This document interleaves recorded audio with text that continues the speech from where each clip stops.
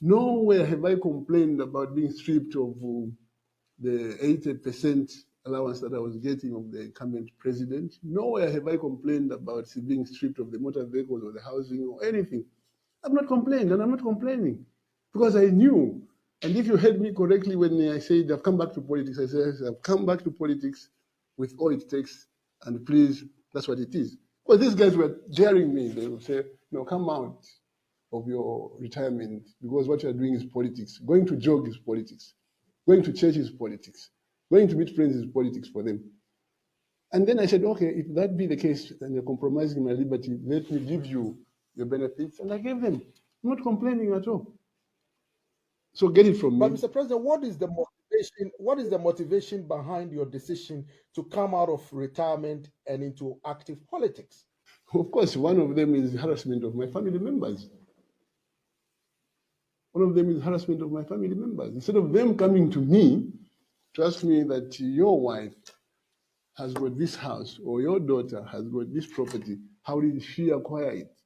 They just whisked them like common criminals and paraded them, took them to court and so on. Instead of coming to ask me, because I'm the one who was providing leadership in the family and I still provide leadership in the family. So I realized that no one in the political arena was going to fight for me unless I joined politics and fight for myself. And then matters came to a head. Culmination came when the party was infiltrated by paid agents of the ruling party, UPND, to take over leadership of PF against the wishes and desires of the people in PF and the constitution itself. When they allowed that infamous conference, is it conventional retreat on 24th October 2023, that was for me the last straw. I knew that we were going to lose it. And at that time when these things were happening, they were busy arresting Fred Membe, Dr. Freddie Membe of the Socialist Party.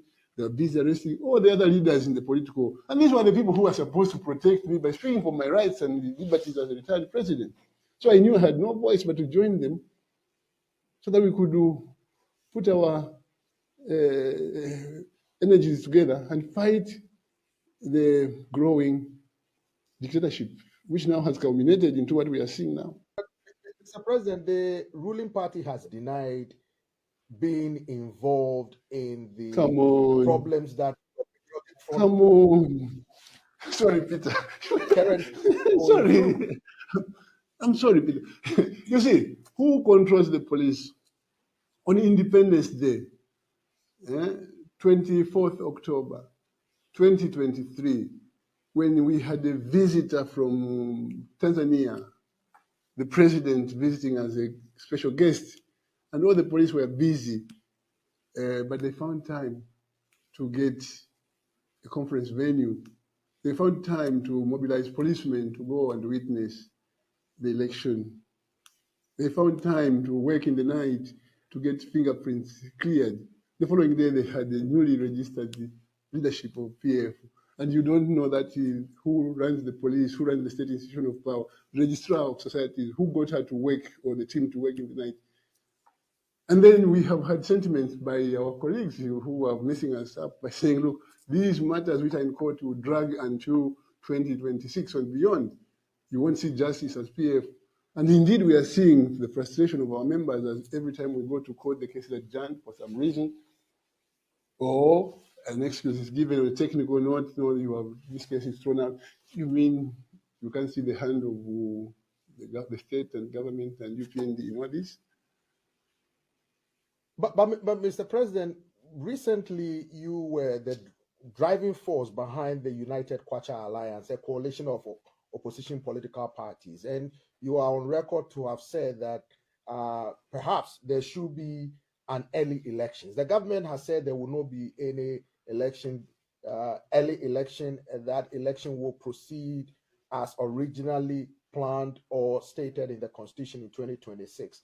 Mr. President, why do you call for early election? Because your critics are saying this is a method you are using to cause chaos, to cause disaffection, to create disunity, and destabilize the country, including disturbing the country's territorial integrity by doing that.